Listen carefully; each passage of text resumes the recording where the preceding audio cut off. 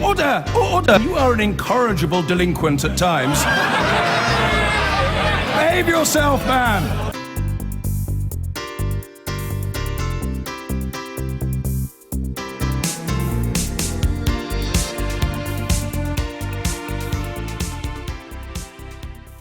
Now, Scotland, England is one division, young and old is another, but there's more going on too. There's an anger in large parts of the country that have not felt blessed by the benefits of globalisation, in contrast to bustling metropolitan hubs like London or Manchester, which voted Remain.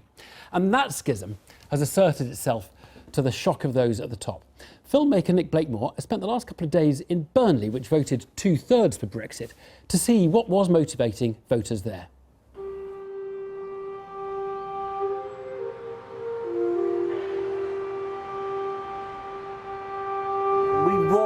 Control. We have lost control. But for me, it comes down to when we vote somebody in, whoever gets in the government, they make the rules. And at the moment, there's somebody above them.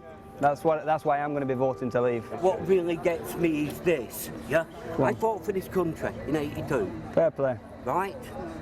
This government now is going immigrants. Here we go. Tick. We can all come in. Oh, I don't want it. Send them back home. We joined the EU for one thing, yeah? To have a better life, yeah? Hey, hang on. Go on. And then it comes to light, it's not a better life. Vote for hope. That was the thing in the paper. Do not vote for fear, vote for hope. Vote You to can't leave vote the for European hope. There's Union. no hope nowadays.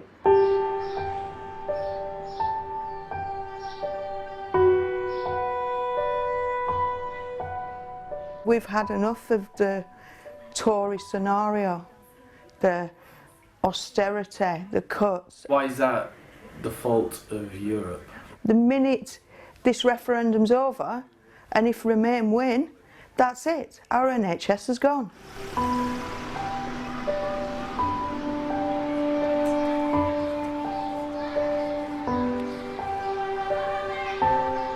I think we should leave and give it a try.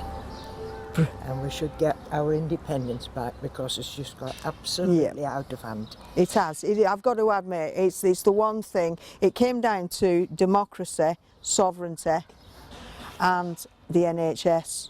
There's good and bad. There's a lot of people come from abroad and they've done good for this country. Exactly. I was born in Germany. I'm a Precisely. bleeding foreigner myself. We're not little Englanders. We've always looked outwards. England was the greatest thing I've ever known when I came over here. And you were free, and if you worked hard, you got rewarded. Right? Correct. I never had a day's benefit or anything, never taken anything out of this country.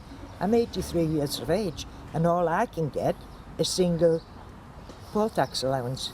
Not that I need it, I've got food in my belly, I'm getting by, and I'm not complaining. Precisely. Because when I look round, there's a lot of folk worse. Yeah. But I do object of people that's worked all their life, just stuff being taken off them. None of us know what the future holds. I think that's why everyone is undecided. Nobody knows what's going to happen. My main point is you can't base your argument on a country and an entire superstate that hasn't got your best interests at heart. And that is the be-all That's my and main end-all. reason for leaving. Well, who else is going to look after our country but us? Precisely.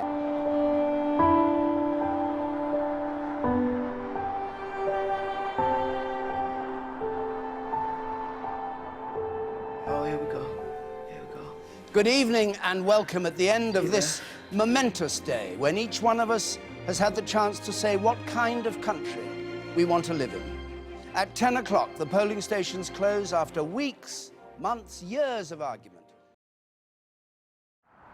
The BBC is forecasting that the UK has voted to leave the European Union after more than 40 years. Come on in. Hello. Come on in.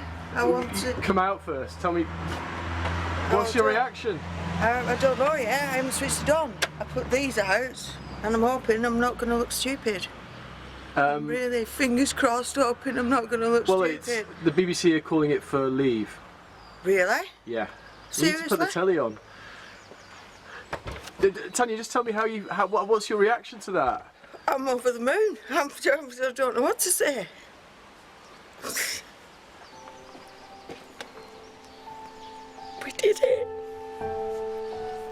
everybody woke up in time. Everybody listened. Everybody understands. Yes, it's going to be rough at the beginning, but we've done it.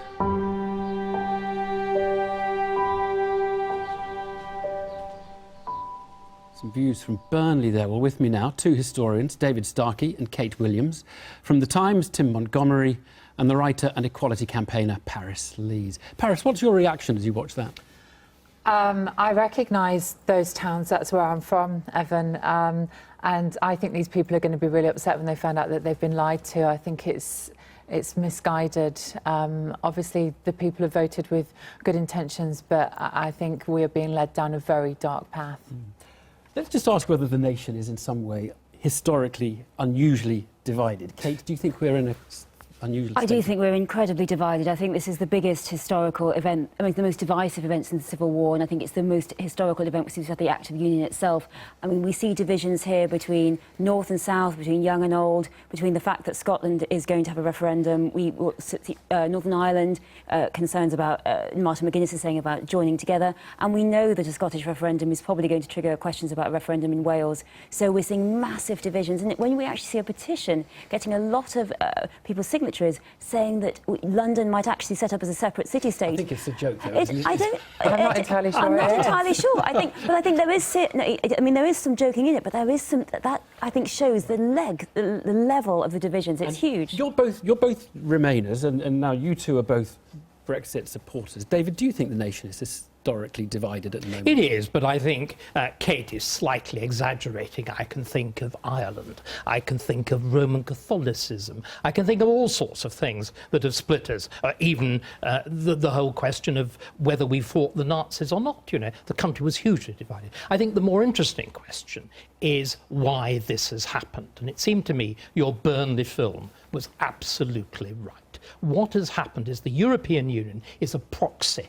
It's a proxy for deep discontent with experts, with the political class, and so on. And I think it's also the fact that the political parties have been led for the last nearly 20 years by leaders, Blair on the one hand and Cameron on the other, that have thought it was very clever to kick their supporters in the goulash. Do we need to, if it's a proxy, was it the right thing to get out of it? If it's just a proxy, you're implying it's like, well, let's just kick something and that's the EU's over there, let's do that. I think an awful lot of people actually voted on that basis. Right. And it's very important we recognise that, which of course also allows for the kind of point that Daniel Hannan was making, that perhaps we could begin to reunite as a very real possibility. And I think that what we've got to do is something which no recent government has had the courage to do. We've got to rediscover a sense of a national interest. Britain has spent the whole of its time arguing we've got to be good. We've got to support European rights because otherwise the Russians will misbehave. We've really got to start to do a de Gaulle. Tim, is it the voters we saw there in Burnley are actually the ones political parties are finding it quite difficult to reach. Any political party, are they? Boris didn't. What is the answer to that? Because they're not natural Conservative voters. Your party's nowhere near them. Sure, and you talk about Britain being divided, but I'm currently based in Washington for The Times, and I'm of course seeing the whole Trump phenomenon over there. We're all seeing the Trump phenomenon, and I think we're sort of 6-7 years after the global crash now. And I think immediately after the global crash, people just wanted governments that stabilised the situation. But now there's the hunger for reform and remedy. And I think we are seeing that right across the world. And today's revolt, yesterday's revolt by poorer Britons, and they were the overwhelming explanation for why we're leaving the European Union. That has to be heeded. This isn't just a vote to leave the European Union. Right. This is a cry for help from a huge proportion of our population who think politics has stopped working. And it is a vote against austerity, I absolutely agree. But when you think of places like Wales has got 500 million subsidy, huge votes against austerity. They talked about poverty. We didn't really see much talk about sovereignty in the same way. And the concern is that these people, it is not going to give them any, it's not going to improve the life of Burnley. A very elementary confusion. You're assuming that it's all, yes, you are. You're assuming that the economy is always what mattered. What this vote shows, but austerity is tied up with the economy. What this vote shows is that it's culture that matters. It can be. Well, it's a lack of politicians connecting with voters. If you look at Jo Cox, she was doing a good job of it. The SNP in Scotland is doing a good job of it. So I think that Labour and the Conservatives both need to put their hands up and admit that they're just not getting it right. But sorry, your point about those voters in Burnley, they are, at the moment, they're floating voters. A Conservative leader who was as clever as Disraeli. Remember, it's Disraeli who captures the working man's vote in 1867.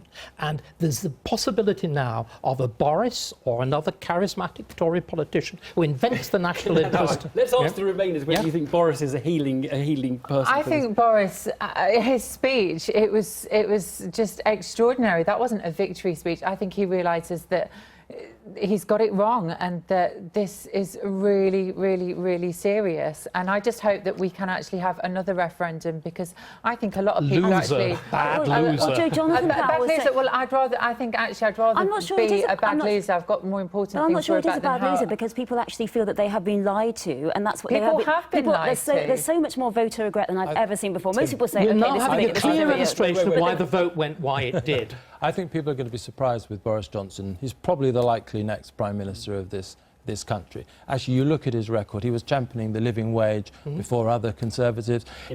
Same-sex marriage. He opposed the tax credit cuts that George Osborne proposed. He's much more of an interesting Conservative than people think. The Burnley divide and the metropolitan elite. Paris, what about the generational divide? Because that is really quite striking. The under-45s would have clearly voted to stay in, and the over-45s have clearly voted to take us out. Well, there was a great headline on Vice today which said, Grandma, what have you done? And I think that a lot of millennials will be feeling that this morning. I think it's incredibly selfish, and I personally will not forgive or forget.